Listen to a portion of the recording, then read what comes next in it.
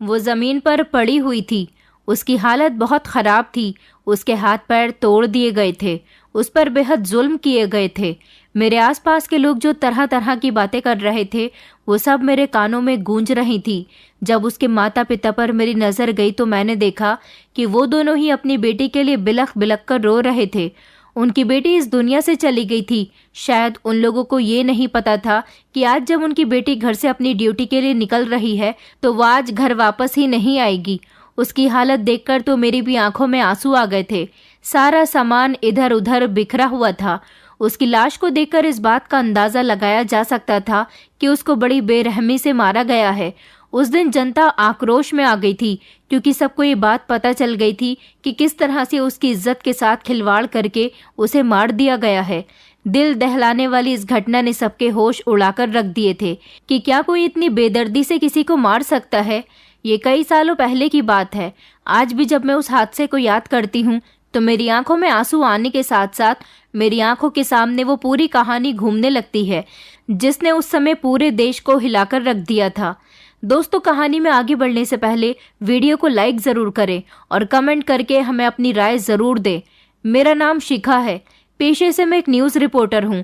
कुछ समय पहले वो बड़ी ही खौफनाक रात थी जब हमारे ही शहर के एक मशहूर अस्पताल में एक दिल दहला देने वाला मामला सामने आया था। उस अस्पताल में उस रात एक ऐसा क्राइम किया गया था जिसके बारे में सुनकर हर इंसान के रोंगटे खड़े हो गए थे। वो रात गुजर जाने के बाद जब दूसरा दिन निकला था तब हम लोगों को पता चला कि अस्पताल में इंटर्नशिप करने वाली नाइट ड्यूटी लेडी डॉक्टर की मौत हो गई है। ये बात बड़ी ही चौंका देने वाली बात थी। आखिरकार इतने बड़े अस्पताल की लेडी डॉक्टर की मौत, ये कोई छोटी बात नहीं थी। अस्पताल के अंदर उस समय लेडी डॉक्टर अपनी नाइट ड्यूटी दे रही थी जब उसके साथ दरिंदगी की एक घिनौनी घटना को अंजाम दिया गया था। जब हम लोगों को इन्फॉर्म किया गया तो हम लोग मौकाए वारदात पर पहुंच गए थे। उस समय सुबह के 6 बज रहे थे और ये क्राइम रात के 3 बजे अंजाम दिया गया था। जैसे जैसे लोगों को पता चलने लगा अस्पताल में बहुत ज़्यादा भीड़ लग गई। हमें जैसे तैसे इस न्यूज़ को कवर करना था। पुलिस डिपार्टमेंट के कुछ इंस्पेक्टर से बात की गई तो उन्होंने बताया कि लड़की ने आत्महत्या कर ली थी, लेकिन जिस तरह से डेड बॉडी की कंडीशन हो रही थी उस हिसाब से ये बात मुझे बिल्कुल भी सच नहीं लग रही थी क्योंकि डेड बॉडी बहुत ही संदिग्ध हालत में पड़ी हुई थी। लेडी डॉक्टर के शरीर पर कपड़े मौजूद नहीं थे बल्कि उसके कपड़े इधर उधर पड़े हुए थे। पुलिस ने उसके शरीर पर सफ़ेद रंग की चादर डाल दी थी। उसके शरीर से इतना खून निकल रहा था कि उस सफ़ेद रंग की चादर पर भी लाल लाल खून के निशान आने लगे थे। आसपास बहुत सारा खून मौजूद था। दीवारों पर नाखून के स्क्रैचेस लगे हुए थे। लेडी डॉक्टर के जो कपड़े ज़मीन पर पड़े हुए थे वो सब खून से सने हुए थे। जिस जगह पर यह वारदात हुई थी ये अस्पताल का एक सेमिनार हॉल था। इधर उधर देखने पर वहाँ का सामान बिखरा हुआ था। कहीं पर टूटा हुआ मोबाइल पड़ा था तो कहीं पर बिखरा हुआ तरह तरह का सामान था। एक तरफ उस लड़की के माता पिता बुरी तरह से रो रहे थे जो बार बार अपनी मरी हुई बेटी को आवाज़ें लगा रहे थे। फिर जल्दी जल्दी डेड बॉडी को पुलिस ने अपनी हिरासत में ले लिया। हम लोग वहाँ पर मौजूद एक एक इंसान का इंटरव्यू ले रहे थे जो अलग अलग तरह की बातें बता रहे थे। कोई कहता कि इस लड़की की इज्जत खराब की गई है तो कोई कहता कि इस लड़की ने आत्महत्या कर ली है। सभी लोग अजीब अजीब तरह की बातें कर रहे थे। इस लड़की की मौत बहुत खतरनाक तरीके से हुई थी क्योंकि इसको मारने वाले लोगों ने सबसे पहले इसके शरीर को बुरी तरह से जख्मी कर दिया था। शायद इसके साथ ये सब कुछ करने वाला कोई एक इंसान नहीं बल्कि कई सारे लोग थे, मगर ऐसा किसने किया था ये बात अभी खुलकर सामने नहीं आ रही थी क्योंकि अभी लड़की की डेड बॉडी को पुलिस ले गई थी। माता पिता बुरी तरह से रो रहे थे। डेड बॉडी का पोस्टमार्टम होना था। पुलिस ज़्यादा देर वहां पर किसी को रुकने नहीं दे रही थी क्योंकि पुलिस ने वारदात की जगह को सील कर दिया था। आम जनता और हम जैसे मीडिया कर्मियों को वहां से जाने के लिए कहा गया था, मगर हमें तो सारी हकीकत लोगों के सामने लानी थी। लड़की के माँ बाप अभी तो इतनी बुरी तरह से रो रहे थे कि वो किसी को कुछ भी बताने की हालत में नहीं थे। मैं इस केस से रिलेटेड हर इंसान का इंटरव्यू लेना चाहती थी जो मुझे ये बता सके कि आखिर इस लड़की के साथ क्या हुआ था, किस तरह इसकी मौत हुई। कोई तो होगा जो ये बात जानता होगा। पुलिस का साफ साफ कहना था कि ये लड़की ड्रग्स ली हुई थी। नशे की हालत में इसने अपनी जान ले ली, लेकिन वहाँ जैसे हालात थे उसको देखकर मैं ये मान ही नहीं सकती थी कि लड़की अपनी जान खुद ले सकती है, क्योंकि खुदकुशी करने वाला इंसान खुद अपने हाथों से अपने कपड़े नहीं उतार सकता। खुदकुशी करने वाले इंसान की हालत इतनी बुरी नहीं होती जितनी बुरी इस लड़की की हो रही थी। क्या वो अपने आप को इतनी बुरी तरह से मारेगी कि जमीन पर चारों तरफ उसके शरीर से निकले खून की छींटें होंगी? जब उसे आत्महत्या ही करनी थी तो क्या वो अपना ध्यान आत्महत्या से हटाकर इधर उधर का सामान फेंकने लगेगी? ये सारे सवाल मेरे दिमाग में घूम रहे थे। धीरे धीरे मैंने लोगों का इंटरव्यू लेना शुरू कर दिया था। मुझे जो मिलता मैं उसी से पूछताछ करने लग जाती थी। आखिर मैं इस राज तक पहुंचना चाहती थी कि इस लड़की के साथ क्या हुआ था। एक अजीब बात यह थी कि लड़की की डेड बॉडी को जल्दी ही पोस्टमार्टम में ले लिया गया था और ये पोस्टमार्टम किसी और अस्पताल में नहीं बल्कि इसी अस्पताल में करवाया जा रहा था। ये बात मेरी कुछ समझ नहीं आई थी क्योंकि जिस जगह पर वारदात हुई थी उसी जगह पर लड़की का पोस्टमार्टम करवाना मुझे कुछ ठीक नहीं लगा था। पुलिस वाले चाहते तो लड़की का पोस्टमार्टम किसी दूसरे अस्पताल में भी करवा सकते थे। एक ये भी सवाल जनता और हमारे दिमाग में घूम रहा था कि क्या पुलिस वाले भी सब में मिले हुए थे। अभी तो ये बात क्लियर होकर नहीं आई थी कि इस लड़की की इज्जत खराब हुई है या नहीं, इसको मारा गया है या फिर उसने खुद की आत्महत्या की है। ये सब भी पोस्टमार्टम की रिपोर्ट आने के बाद क्लियर हो जाना था। 2 दिन के बाद जब पोस्टमार्टम की रिपोर्ट आई तो हम सब लोगों के दिल दहल कर रह गए थे क्योंकि पोस्टमार्टम की रिपोर्ट में ये बात साबित हो चुकी थी कि लड़की ने आत्महत्या की है और ये बात भी साबित हो गई है कि उस समय वो नशे की हालत में थी, उसने ड्रग्स ली हुई थी। न जाने क्यों मेरा दिल ये मानने के लिए तैयार ही नहीं था। मुझे तो ऐसा लग रहा था जैसे पुलिस प्रशासन, अस्पताल की टीम, ये सब लोग आपस में मिले हुए हैं और कोई ना कोई बात छुपा रहे हैं। वारदात होने के 2 घंटे बाद जिन जिन मीडिया कर्मियों के पास उस जगह की और लड़की की कवरेज बनी हुई थी वो सब न्यूज़ चैनल और सोशल मीडिया पर वायरल हो चुकी थी, जिससे जनता में भी आक्रोश पैदा हो गया था क्योंकि जनता ने भी आइडिया लगा लिया था कि इस लड़की ने सुसाइड नहीं की है बल्कि इसके साथ कुछ गलत किया गया है। जनता की मांग थी कि आरोपियों को सामने लाया जाए, लेकिन आरोपी कौन थे, किस किसने उसके साथ ये सब किया था और क्यों किया था, ये बात अभी तक लोगों के सामने नहीं आई थी। पुलिस वाले बार बार यही कह रहे थे कि लड़की ने सुसाइड की है। जिस डॉक्टर ने उस लड़की का पोस्टमार्टम किया था उसने भी अपने बयान में यही कहा था कि लड़की ने सुसाइड की है। समझ नहीं आ रहा था कि ये लोग आरोपियों के साथ मिले हुए हैं या फिर कोई और बात है। मैं इस गुत्थी को सुलझाना चाहती थी। पुलिस प्रशासन अभी इस केस पर काम कर रहा था, मगर मुझे तो ऐसा लगता था कि पुलिस के लोग भी बिक चुके हैं। तभी तो उन लोगों को भी ये बात नजर नहीं आ रही थी कि आत्महत्या के केस में और मर्डर केस में काफी डिफरेंस होता है, जो डिफरेंस पब्लिक को और हम लोगों को साफ साफ नजर आ रहा था। मगर आम जनता तो इन बड़े लोगों के सामने ना तो बोल सकती है और ना ही कुछ कर सकती है। लोग सिर्फ इतना जरूर करते हैं कि सड़कों पर आकर प्रोटेस्ट करते हैं। हैरानी वाली बात तो ये थी कि उस लड़की का शव पोस्टमार्टम होने के बाद अंतिम संस्कार करने के लिए उसके माता पिता को नहीं दिया गया था, बल्कि पुलिस प्रशासन ने अपनी निगरानी में शमशान घाट जाकर उसका जल्दी ही अंतिम संस्कार करवा दिया गया था। माता पिता को भी अपनी बेटी के अंतिम समय में उससे मिलने नहीं दिया गया था। वो बेचारे लोग भी क्या कर सकते थे, गरीब लोग थे, क्या पता लोगों ने उनको भी डरा धमकाकर खामोश करवा दिया हो, इसलिए वो लोग सब कुछ खामोशी से होता हुआ देख रहे थे। उन लोगों के पास रोने धोने के अलावा और कोई भी रास्ता नहीं था। हमारी टीम इस केस की छोटी से छोटी चीज पर नजर रखी हुई थी और हर मूवमेंट को अपने कैमरे में कैच करने के बाद उन लोगों तक शेयर कर रही थी। लेकिन अजीब बात यह थी कि मीडिया को भी हर बात से बेखबर रखा जा रहा था और फिर मीडिया को ये कहकर शांत कर दिया गया था कि ये बात साबित हो चुकी है कि लड़की ने आत्महत्या की है, इसलिए उसकी मौत हुई थी। किसी को भी बात को बढ़ावा देने की जरूरत नहीं है। इस केस को यहीं पर खत्म कर दिया जाता है। जनता में जो आक्रोश था वो भी थमकर रह गया था क्योंकि पुलिस और बड़े बड़े लोगों के सामने कोई भी कुछ नहीं कर सका था। लड़की के अंतिम संस्कार के बाद सब लोग शांत होकर बैठ गए थे, मगर मैं शांत होकर नहीं बैठ सकती थी। मैंने ठान लिया था कि मैं इस केस की तह तक पहुंचकर रहूंगी, इसलिए मैं आपके लिए ही अपना कैमरा उठाकर कुछ दिनों के बाद उस लड़की के पेरेंट्स से मिलने के लिए उनके घर चली गई थी। वहां जाने के बाद मैंने उनसे मुलाकात की तो वो लोग बहुत ज़्यादा दुख में थे। आखिरकार वो माता पिता थे और जवान बेटी की इस तरह से मौत पर उन लोगों को तो अपना ही होश नहीं था।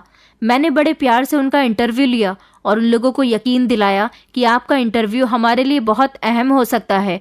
आपकी बेटी को इंसाफ मिल सकता है, क्योंकि मेरा भी दिल नहीं मानता कि आपकी बेटी ने आत्महत्या की है। क्या आप मुझे अपनी बेटी के बारे में, उसकी ज़िंदगी के बारे में सब कुछ बता सकते हैं? मैं आपकी बेटी के बारे में सब कुछ जानना चाहती हूँ। काफ़ी देर तक तो वो दोनों अपनी बेटी को याद करते हुए रोने लगे, लेकिन फिर थोड़ी देर के बाद उन्होंने मुझे बताना शुरू किया कि हम लोग मिडिल क्लास फैमिली के लोग थे, हमारे पास किसी चीज़ की कमी नहीं थी। फिर भगवान ने हमें हमारी बेटी शोभा को हमारी ज़िंदगी में शामिल कर दिया। बचपन से ही हमने अपनी बेटी को बड़े प्यार से रखा था। आखिर वो हमारी इकलौती बेटी थी। बचपन से ही मेरी बेटी बहुत इंटेलिजेंट थी। मेरी बेटी को डॉक्टर बनने का बहुत शौक था। वो अपनी पढ़ाई में इतनी इंटेलिजेंट थी कि हर बार अच्छे मार्क्स से अपनी क्लास में टॉप करती थी। हमें भी दिखाई देता था कि हमारी बेटी की आंखों में जो सपने हैं उन्हें हमें पूरा करना चाहिए, मगर हम गरीब लोग थे। आजकल तो वैसे भी पढ़ाई बहुत महंगी है, लेकिन हमने इस बात की कोई परवाह नहीं की। हमने अपनी बेटी को डॉक्टर बनाने के लिए बहुत मेहनत की थी। शोभा के पिता कहने लगे कि मेरी बेटी को नीट कंप्लीट करना था, उसके लिए हमें बहुत सारे पैसों की ज़रूरत थी, इसलिए हमने अपना मकान बेच दिया और जैसे तैसे अपनी बेटी के सपने को पूरा किया। मेरी बेटी कहती थी कि एक दिन हमारा खोया हुआ सब कुछ वापस आ जाएगा, क्योंकि मेरी बेटी की पढ़ाई के दौरान उसकी माँ ने अपने जेवर भी बेच दिए थे। आखिरकार वो हमारी एक ही तो बेटी थी, उसी से सब कुछ था। हमने उसके सपने पूरे करने के लिए सब कुछ किया था। नीट कंप्लीट करने के बाद वो इस मेडिकल कॉलेज में पढ़ाई भी कर रही थी और इसके साथ साथ उसकी इंटर्नशिप ट्रेनिंग भी होती थी। मेरी बेटी को इस कॉलेज में पढ़ते हुए 7 महीने हो गए थे। इस दौरान मेरी बेटी ने और मैंने सेविंग्स करने के बाद 1 महीने पहले ही ये घर खरीदा था। ये घर खरीदने पर मेरी बेटी बहुत खुश हो रही थी, क्योंकि कुछ सालों पहले जब मैंने अपनी बेटी की पढ़ाई के लिए अपना मकान बेच दिया था तो वो सबसे ज़्यादा दुख में आ गई थी और यही कहती थी कि डॉक्टर बनने के बाद वो सब कुछ ठीक कर देगी। मगर हमें क्या पता था कि जब उसकी खुशियों के दिन आने वाले हैं तो वही इस दुनिया को छोड़कर चली जाएगी। मैं उन लोगों की बातों को बड़े गौर से सुन रही थी। मैंने कहा, अंकल आंटी, क्या आप लोगों को किसी पर शक है? क्या आपकी बेटी का कोई दुश्मन था? क्या वो किसी बात से परेशान थी? क्या वो किसी से रिलेशनशिप में थी, या फिर उसका कोई रिश्ता वगैरह हो रखा था? शोभा की मम्मी कहने लगी कि नहीं बेटा, ना तो उसका कहीं पर रिश्ता तय हुआ था और ना ही उसका कोई बॉयफ्रेंड था, क्योंकि हमने अपनी बेटी को हमेशा खुले माहौल में रखा था। हम ऐसे लोग नहीं थे जो बेटियों को दबाव में रखते थे। हमारी बेटी हमारे साथ फ्रेंडली बिहेव करती थी, इसलिए अगर उसका कोई बॉयफ्रेंड होता तो वो ज़रूर हमें बताती। हमारी बेटी का कोई दुश्मन भी नहीं था। वो तो बिहेवियर की इतनी अच्छी थी कि लोग उसे प्यारी और मीठी बातें करती थी। भला हमारी इतनी प्यारी बेटी से कौन नफरत करेगा? मेरी बेटी भी किसी से नफरत नहीं करती थी, बल्कि वो तो लोगों को अपने अच्छे स्वभाव से अट्रैक्ट करने वाली लड़की थी। हाँ, मगर वो कुछ दिनों से परेशान चल रही थी। जिस दिन से हम लोग इस घर में आए थे वो बहुत परेशान से रहने लगी थी। एक तरफ वो इस घर में आने के बाद बहुत खुश थी, लेकिन हम लोग देखते थे कि जब वो हमारे साथ खाना खा रही होती थी या हम लोगों के पास बैठी हुई होती थी तो उसके नंबर पर किसी की कॉल आती थी। वो जब बात करती थी तो अचानक उसके चेहरे की हवाइयाँ उड़ जाती थीं और उसके मुंह से निकलते हुए शब्द थम जाते थे। वो इतनी ज़्यादा परेशान रहने लगी थी कि घर में ठीक से खाना भी नहीं खा पा रही थी। मैंने कहा, क्या आपने कभी अपनी बेटी से उसके परेशान होने की वजह पूछी नहीं? और वो कॉल किसकी आई थी? क्या उस कॉल के बारे में आपको पता है कुछ? शोभा की मम्मी कहने लगी, हाँ, एक बार मैंने उस पर बहुत प्रेशर डाला था और उससे पूछा था कि मुझे बताओ कि तुम इतनी परेशान क्यों रहने लगी हो। तो उसने मुझे बताया था कि अस्पताल में बहुत से ऐसे गलत काम हो रहे हैं जिन पर वो रोक लगाना चाहती है, मगर उसके पास कोई ऐसा ठोस सबूत नहीं है जिसकी वजह से वो अस्पताल के गलत लोगों की सच्चाई को सामने ला सके। मैंने कहा, आंटी, मुझे ज़रा एक्सप्लेन करिए कि कौन सी सच्चाई और किस तरह के गलत काम? क्या शोभा ने आपको इस बारे में बताया था? तो वो रोते हुए कहने लगी कि हाँ बेटा, बताया तो था। दरअसल अस्पताल में शोभा को पता चला था कि अस्पताल में लड़कियों का धंधा चल रहा है, और पिछले 3 महीने पहले शोभा को एक खबर और पता चली थी कि अस्पताल में ऑपरेशन के दौरान पेशेंट के ज़रूरी ह्यूमन बीइंग पार्ट निकालकर महंगे दामों में बेचने का धंधा भी चल रहा है। ये बात जब शोभा को पता चली थी तो उसने अस्पताल के बोर्ड ऑफ डायरेक्टर से अस्पताल के कुछ सीनियर डॉक्टर की शिकायत की थी, जिन पर मेरी बेटी को शक था। लेकिन हैरानी वाली बात ये थी कि उन्होंने मेरी बेटी को ही गलत साबित ठहरा दिया था और कहा था कि तुम हमारे सीनियर डॉक्टर्स पर इल्ज़ाम लगा रही हो। पिछले 3 महीने पहले मेरी बेटी को खामोश करवा दिया गया था। उसके कुछ दिन बाद ही पता चला था कि इन लोगों ने नीट कंप्लीट करने वाले स्टूडेंट के साथ भी कुछ घोटाला किया है। मेरी बेटी को ये बात ठीक से तो पता नहीं थी, मगर वो इतना जानती थी कि इस काम में भी अस्पताल के कुछ सीनियर डॉक्टर्स ही शामिल थे। मेरी बेटी को जो भी बात पता चलती थी वो उस बात की तह तक पहुंचने की कोशिश करती थी, लेकिन जब उसका नाम अस्पताल के स्टाफ के सामने आ जाता था तो उसे डराया धमकाया जाता था, मगर वो हार मानने वालों में से नहीं थी। कई बार हमने अपनी बेटी को समझाया था कि तुम परेशान मत हो, गलत लोगों का सच हमेशा सामने आ जाता है। मेरी बेटी को जो कुछ भी पता था वो सब की वजह से बहुत टेंशन में रहती थी, और उसके पास जब धमकी भरी कॉल्स आती थी तो वो डरकर कहती थी कि मैं अस्पताल से इस नौकरी को छोड़ दूंगी, मुझे नहीं पढ़ना आगे, मुझे नहीं बनना बड़ी डॉक्टर।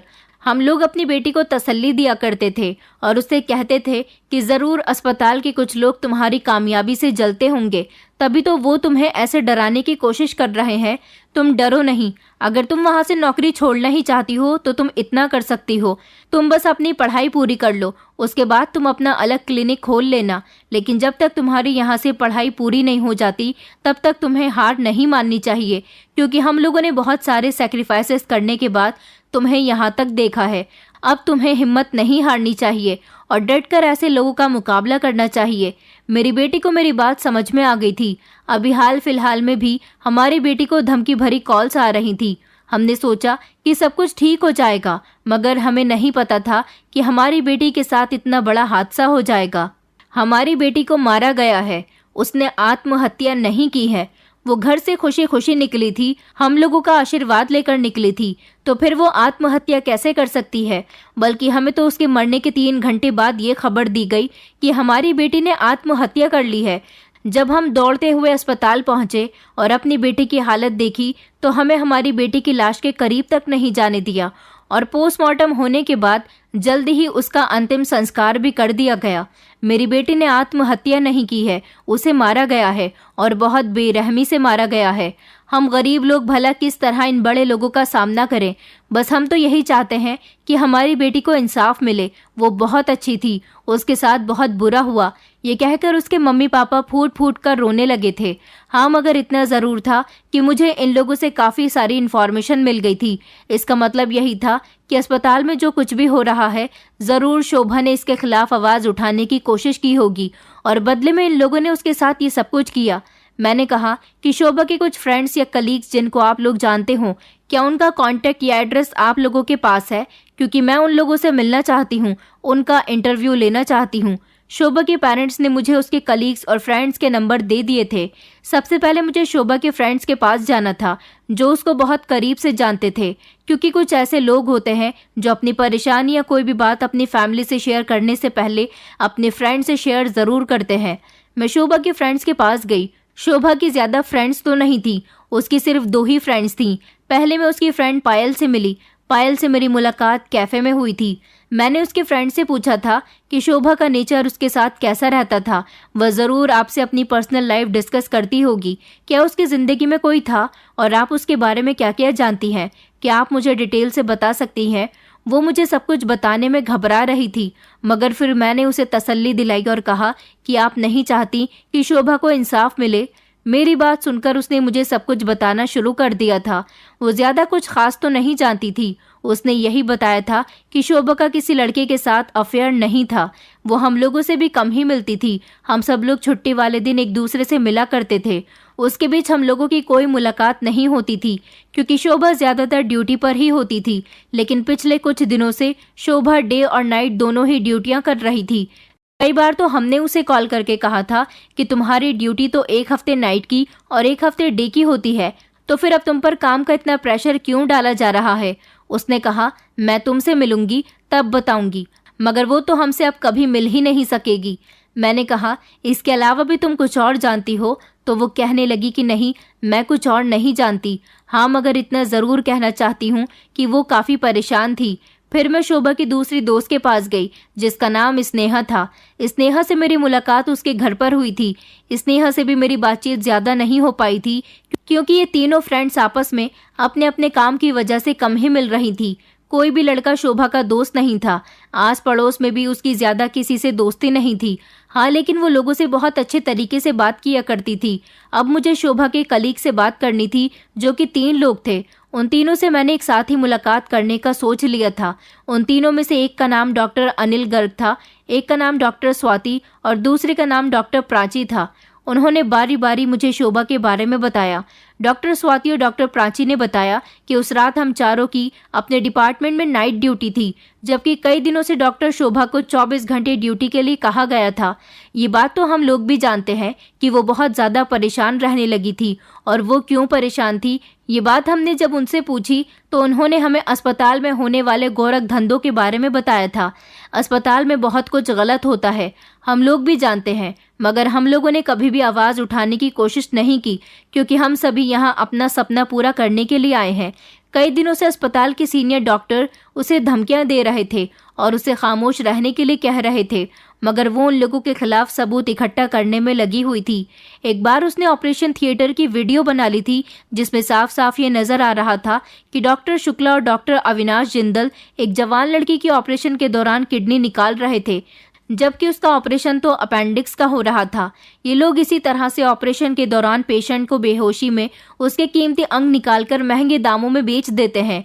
उस वीडियो को शोभा पुलिस स्टेशन लेकर जाना चाहती थी, क्योंकि कई बार उसने बोर्ड ऑफ डायरेक्टर से जब यहाँ के सीनियर डॉक्टर की शिकायत की तो उन्होंने उल्टा शोभा पर ही डांट लगाई थी और कहा था कि तुम हमारे हॉस्पिटल की इज्जत को मिट्टी में मिलाना चाहती हो, तुम गलत आरोप लगा रही हो। फिर कुछ दिनों बाद शोभा को पता चला कि मेडिकल कॉलेज में पढ़ने वाले वो स्टूडेंट जो बहुत ही होनहार हैं, उनको ड्रग्स सप्लाई की जा रही है। जो अपने करियर को आगे बढ़ाना चाहते हैं, वो ड्रग्स की लत से अपने करियर में पीछे होते जा रहे थे, और इसमें भी हमारे अस्पताल के ही कुछ बड़े बड़े लोगों का हाथ था। एक सबूत तो शोभा के पास आ चुका था, जिसको वो पुलिस के पास लेकर जाना चाहती थी, मगर ना जाने कैसे अस्पताल के कुछ लोगों को भनक लग गई और उन्होंने शोभा का मोबाइल तोड़ दिया था और उसे धमकी दी थी कि अगर तुमने कुछ भी ऐसा करने की कोशिश की तो तुम्हें इसकी बहुत बड़ी सजा मिलेगी। शोभा उन लोगों की धमकी में आ गई थी और फिर उसने खामोशी साध ली थी। शोभा बहुत अच्छी लड़की थी, सारे पेशेंट की बहुत मदद किया करती थी। कभी भी उसने किसी पेशेंट या अस्पताल में किसी के साथ बदतमीजी नहीं की थी। शोभा के मोबाइल से सबूत तो वो लोग खत्म कर चुके थे, मगर शोभा को अभी भी ब्लैकमेल किया जा रहा था। कई दिनों से शोभा को नाइट और डे की ड्यूटी करवाई जा रही थी ताकि उसे अपनी गलती का एहसास हो सके। इस दौरान वो अपने घर पर भी नहीं जा पा रही थी, मगर फिर जब कुछ दिन गुजरे तो धीरे धीरे सब कुछ ठीक हो गया था। हमें भी यही लगा कि शोभा ने हार मानकर बहुत अच्छा किया, मगर हमें नहीं पता था कि एक दिन इस तरह से शोभा हम लोगों को छोड़कर चली जाएगी।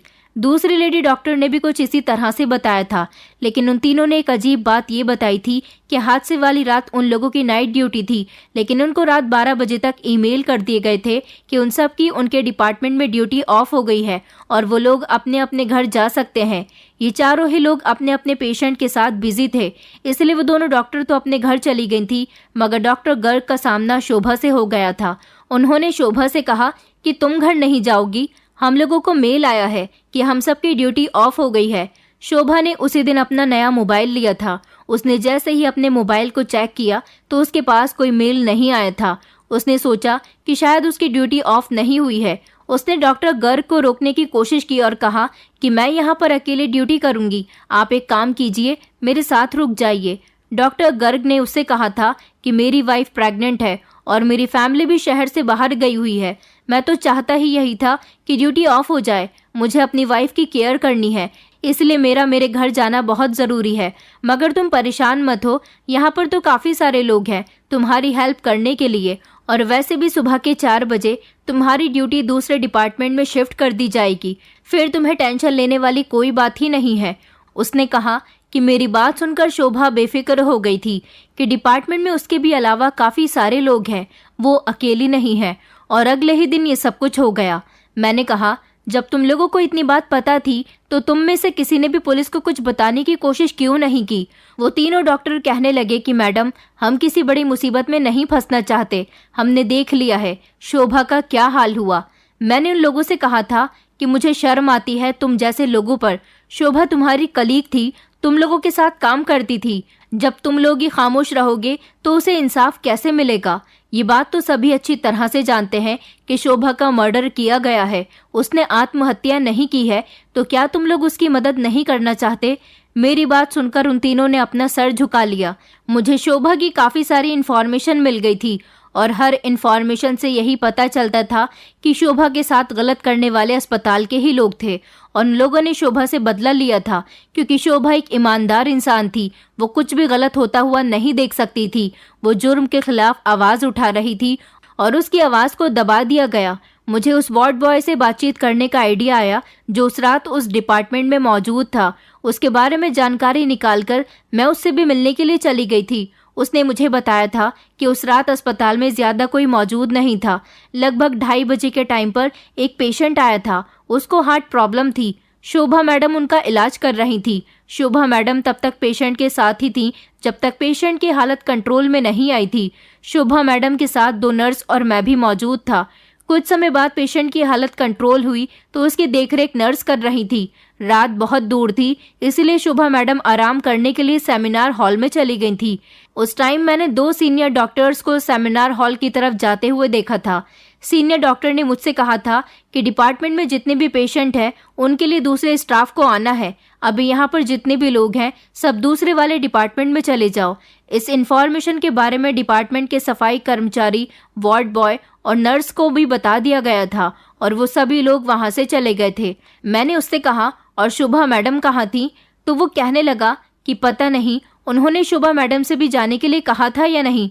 हमें तो शोभा मैडम की मौत के बारे में तब पता चला था जब एक सफाई कर्मचारी सेमिनार हॉल से कुछ सामान लेने के लिए सुबह के 4:30 बजे के टाइम पर वहां गया तो उसने जोर जोर से चिल्लाना शुरू कर दिया। उसके शोर पर वहां सारे लोग इकट्ठा हुए थे और फिर पुलिस को बुलाया गया था। मैंने कहा इसका मतलब ये था कि धीरे धीरे वहां से सारे ही लोगों को गायब कर दिया गया था। अगर कोई बचा था तो वो सिर्फ डॉक्टर शोभा थी। वार्ड बॉय कहने लगा कि कुछ ऐसा ही हो सकता है मैडम, मैं ज़्यादा कुछ इस मामले के बारे में नहीं जानता। मैंने कहा अच्छा ठीक है, तुमसे मुझे बस इतना ही पूछना था। मेरी कुछ समझ नहीं आ रहा था कि मैं क्या करूं। सब लोगों से उनकी बातें सुनने के बाद मुझे शोभा पर बहुत तरस आ रहा था, मगर अजीब बात ये थी कि कुछ दिनों बाद ही लोगों के बीच इस बात को लेकर बहुत गुस्सा फैल गया था, क्योंकि फिर से एक केस ओपन हो गया था। अब ये कैसे हुआ ये तो मैं नहीं जानती थी। मेरा काम तो सिर्फ लोगों का इंटरव्यू लेना और न्यूज़ को कवर करना था। हमारी टीम को शमशान घाट जाने के लिए कहा गया था जहां पर शोभा का अंतिम संस्कार हुआ था। वहां के ओनर से हमारी बात हुई थी। उन्होंने अपने इंटरव्यू में बताया था कि उस दिन हमारे पास शोभा नाम की लड़की से पहले 2 लोगों का शव और आना था जिनका अंतिम संस्कार होना था।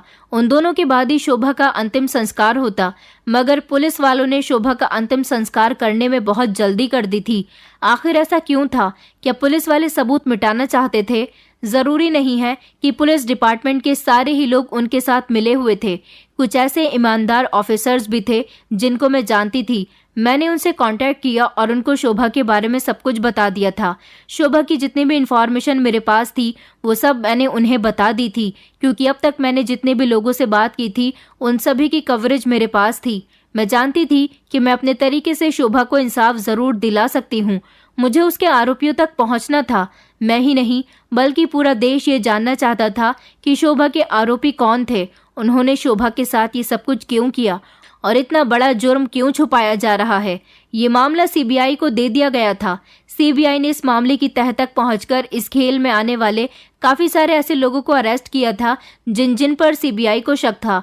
उनके सीबीआई ने पॉलीग्राफिक टेस्ट भी किए थे जिसे पुलिस वाले आरोपियों को पकड़ने में सफल रह सके थे, क्योंकि सीबीआई को काफी सारे लोगों पर शक था। ये केस दोबारा ओपन इसलिए हुआ था क्योंकि जनता में बहुत आक्रोश बना हुआ था। सोशल मीडिया पर भी लोगों का यही कहना था कि आत्महत्या करने की भी कोई वजह होती है और लड़की ने आत्महत्या की थी तो वो वजह हमारे सामने लानी चाहिए। लेकिन उनका कहना था कि लड़की ड्रग्स लेती थी, लेकिन शोभा की इन्फॉर्मेशन के बाद तो यही पता चला था कि वो दूर दूर तक भी ऐसे किसी काम में शामिल नहीं थी। इतने सारे गवाह होने के बाद भी कोई अपनी आवाज़ खोलने के लिए तैयार नहीं था। जब लोग सड़कों पर उतरे, लोगों में गुस्सा पैदा हुआ। लोगों ने हर शहर में कैंडल मार्च किया, तो कुछ ऐसे लोग प्रोटेस्ट में शामिल हुए थे जो शोभा के बहुत करीबी लोग थे, जैसे कि डॉक्टर गर्ग, जो सब कुछ जानते हुए भी अनजान बने रहे थे। वैसे तो डॉक्टर स्वाति भी सब कुछ जानती थी, लेकिन वो लोग अपनी नौकरी से हाथ नहीं धोना चाहते थे।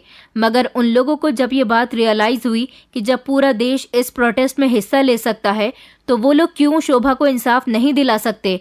इसीलिए वो लोग भी एक एक करके गवाह के तौर पर सीबीआई के पास जाकर अपने बयान देने लगे। इस केस की एक बड़ी वजह ये भी थी कि शोभा का पोस्टमार्टम उसी अस्पताल में क्यों किया गया था जिस अस्पताल में उसके साथ इतना बड़ा हादसा हुआ था। ये बात भी इस तरह से पता चली थी जब गवाहों ने उस डॉक्टर का भी नाम ले दिया जिसने शोभा का पोस्टमार्टम किया था। उसने गलत रिपोर्ट बनाकर दी थी। पुलिस वाले ये बात अच्छी तरह से जानते थे क्योंकि पुलिस वालों को खरीद लिया गया था, अस्पताल के स्टाफ को खरीद लिया गया था, डॉक्टर्स को खरीद लिया गया था। शोभा के माता पिता को धमकी दी गई थी कि अगर उन्होंने अपनी बेटी को इंसाफ दिलवाने की आवाज उठाई तो उन लोगों को छोड़ा नहीं जाएगा।